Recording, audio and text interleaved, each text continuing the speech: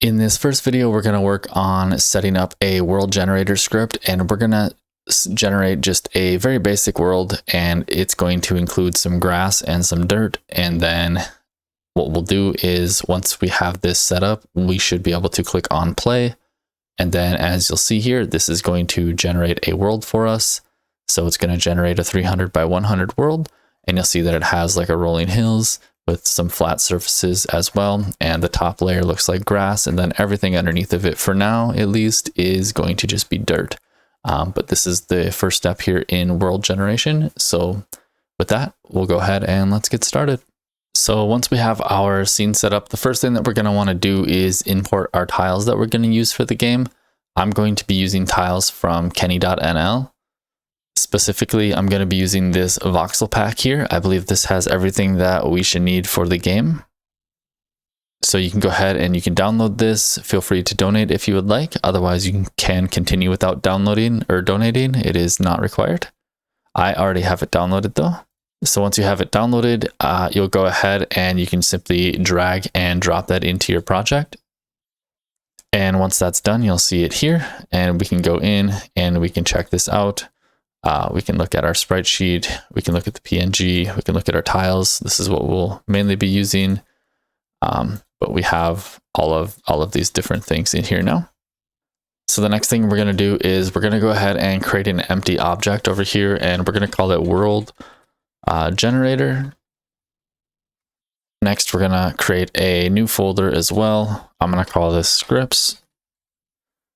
And then inside of here, I'm going to create a script, and I'm also going to call this script world generator. And then I'm going to attach the script. Once it's done downloading here, I will attach it to the world generator object that we just created.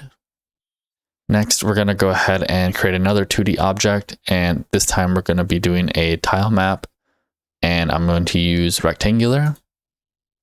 So this is going to create a grid and a tile map. And then I'm going to rename mine to be the world tile map and the world grid as well. Next thing, once we'll go ahead and we'll select the world tile map here, and we're going to open up this tile palette. And if you don't see the tile palette here, or for some reason, you can also go up to window 2D and then tile palette, and it'll open it up as well. And you'll see that we have no valid palette for now. So we're going to go ahead, click the drop down and create a new one. And then we're just going to call this, to keep things simple, the world palette. And we'll leave everything else the same and click on create. And then again, I'm just going to call it world palette. And instead of putting it in the scripts folder, I'm going to actually go here back to our assets folder and create a new folder and call it tiles. And then select folder. This isn't where we're actually naming it. Sorry about that. And so that created our new folder over here with our world palette inside. So now with that done, we'll go ahead and we'll want to drag in some of our tiles. So if we go into our Kenny pack that we downloaded here, find the tiles. I'm just going to start with a couple of them. I'm going to start with the grass one here to begin with. And, you know, this is just going to be called, I'm going to call this grass, grass underscore top.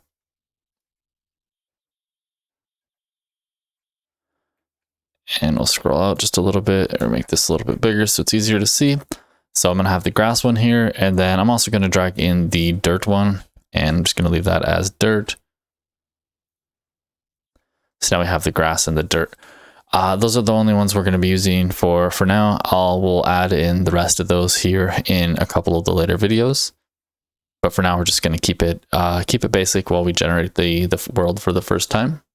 So we can go ahead and we can close this, and then let's go and open up our world generator script. All right, so once we have this, we'll go ahead and we're going to remove these things at the top. Again, we're going to keep using Unity Engine. We're also going to need to add in another one. So we'll do using Unity Engine dot tile maps. And we'll use those here in a little bit. And then we're also going to get rid of update for now as we don't need it. And we'll remove the comments here. So now at the top, we're going to need to get several we're going to be using several serialized fields. So the first one is going to be of type Tilemap. And I'm just going to call this one Tilemap. And that's going to be a reference to the Tilemap component that we just created where the tiles are going to be placed. The next one is going to be of type Tile. And this one I'm going to call the grass top tile. And that's going to be a reference to the grass tile with the tile with the grass on the top of it, on top of the dirt. The next one is also going to be tile, and this one is going to be our dirt tile. The next two that we're going to need are both going to be ints, and the first one is going to be our width. And I'm going to set this one equal to 300 for now, but we can adjust this later. And this is just going to be the width of the tile map. So basically the width of the world that we're going to be generating. And then the next one is going to be our height. And I'm going to set this to 100 for now. And that's again going to be the height of the tile map that we generate. The next one is going to be of type float. And this is going to be called our noise scale. And I'm going to set that equal to 0.1f for now. And this is going to be the scale for the Perlin noise that we're going to be using to generate the terrain. And then we're going to need one more float as well. And this one we're going to call hill height.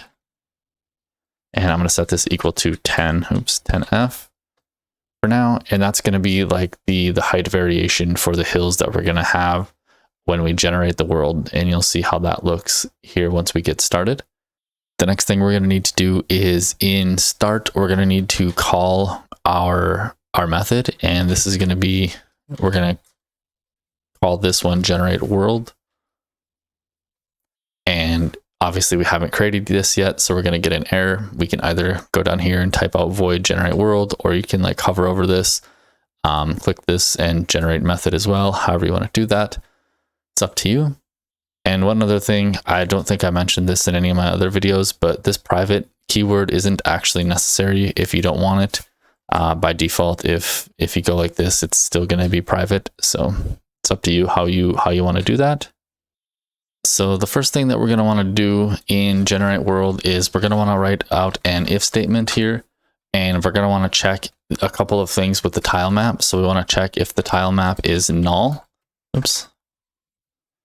So two of the little pipe symbols there, our grass top tile, and I spelled that wrong. So let's fix that here before we get too far. Grass top tile equals null. Oops. Or if our dirt tile that we created equals null.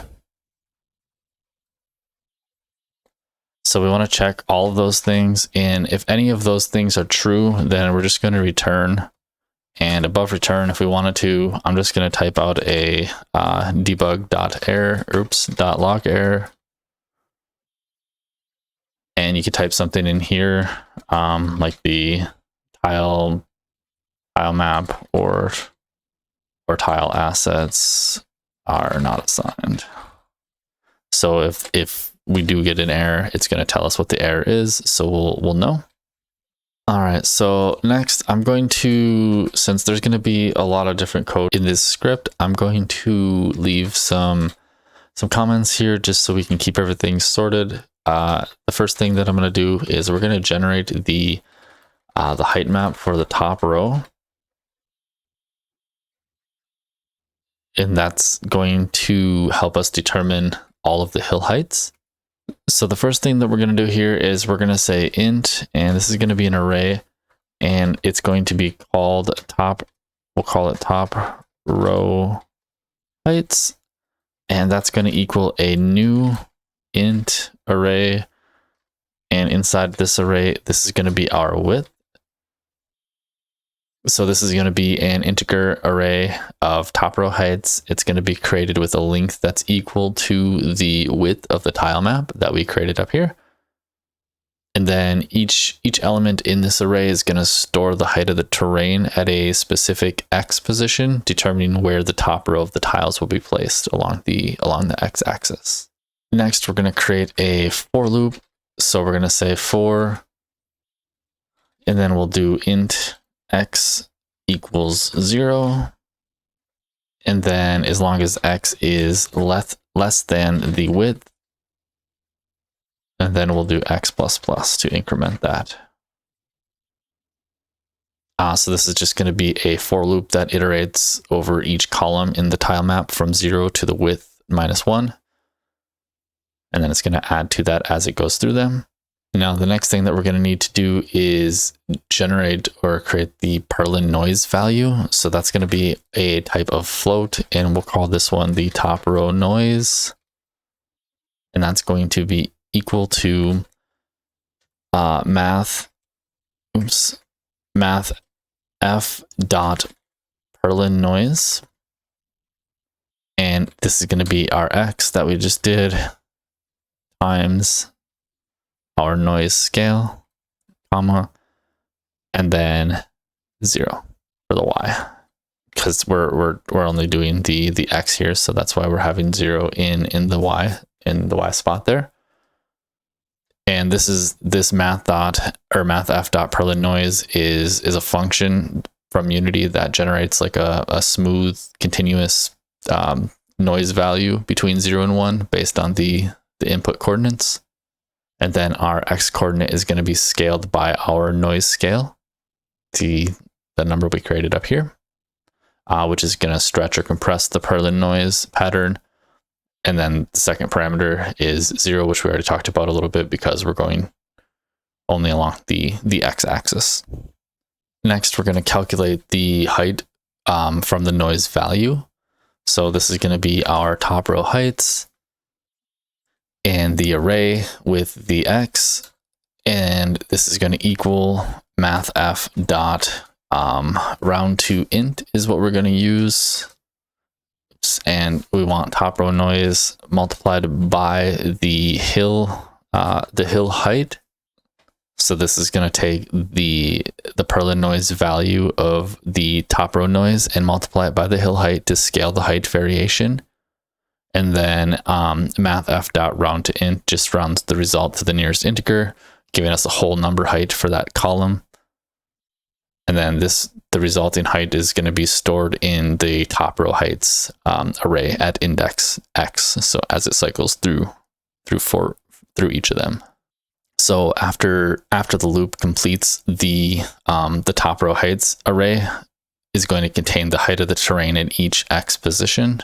And then these heights are going to be determined by the Perlin noise here, resulting in smooth like hills and some flat areas as well that will seem to transition, at least hopefully they'll look kind of natural.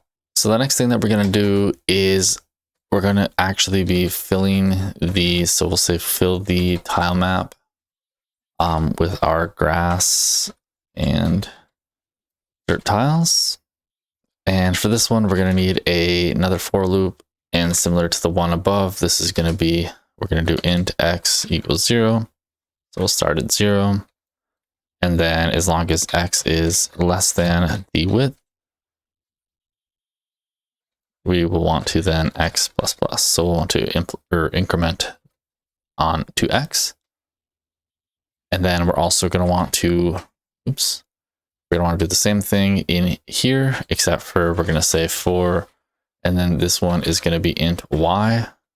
And if that's going to start out at 0. And then as long as Y is less than the height, we're going to do Y++. So we're going to increment through that as well. So this first one is just going to, this is supposed to be int. So this first one here is going to determine the X position of each column where the tiles are going to be placed. And then the Y one here is going to do the same, but for the Y axis. So now inside of here, we're going to do an if statement. And this is going to be, we're going to check if Y is equal to our height minus our top row heights and then, oops, the array with X. Then what we're going to want to do is we're going to want to say tilemap dot set tile, and that's going to equal a new vector3 int. And here we're going to do X, Y, and 0, and then comma grass tile or grass top tile. So this condition is going to check if the current Y position is equal to the height of the hill. So height minus top row heights, and then for the current column X. If it's true, it's going to place down a grass tile at this position using the tilemap.setTile. And I realized I messed up here, tilemap. I don't have M uppercase. So what I'm going to do is I'm going to select this and then do Control R twice, and then just fix this to be tilemap, and that's going to change all of them for us. So next we're going to have an else if statement. So we're just going to say else if, and for this one, we're going to say else if the Y is less than the height minus the top row heights. Then this time we're going to want to do again the tilemap, and we're going to do tilemap.setTile. And similar to the one above, we're just going to do again a new vector3 int at the X, the Y, 0. And this one's going to be our dirt tile. And I put the parenthesis in the wrong spot, so that'll go there. And so this is going to do similar to what we did above. This condition is going to check if the current Y position is below the height of the hill. So everything below the top row, basically.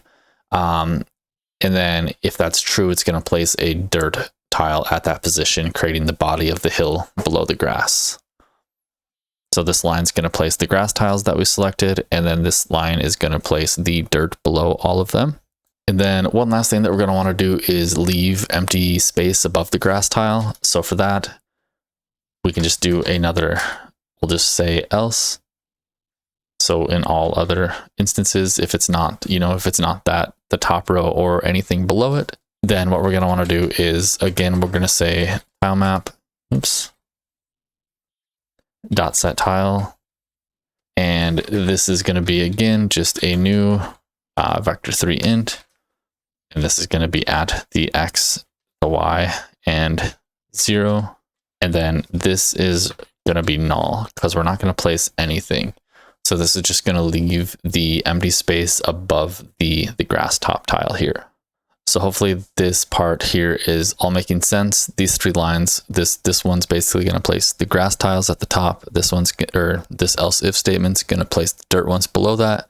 And then this else statement is going to confirm or ensure that everything above this grass top tile is just empty air.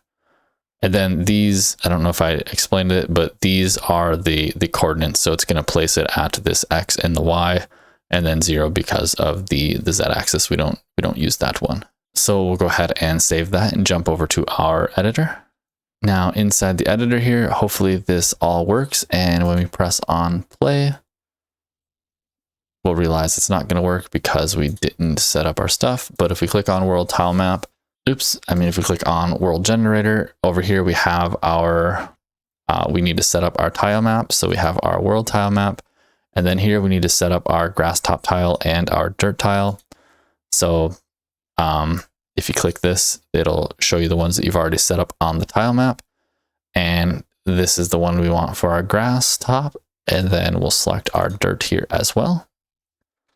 And now we'll go ahead and we'll try playing this again. And hopefully this time it generates our world. And there we go. So this is our world. It's not as big as an actual Terraria world at this time, but we can definitely change that later. But you'll see at the top, it generated what looks like, rolling hills. It's got a couple flat plains in here as well. And then that top grass layer looks like the grass, and then everything below it for now is dirt. So later on, we will, we'll work on adding different layers and stuff like that in here and different tiles outside of dirt. But for now, this is pretty much how we want this to work, and it looks like it's working as expected. So in the next video, we're going to go ahead and we'll work on sectioning this out maybe to different types of biomes and maybe adding some different tiles. That's it for this video. Thank you for watching.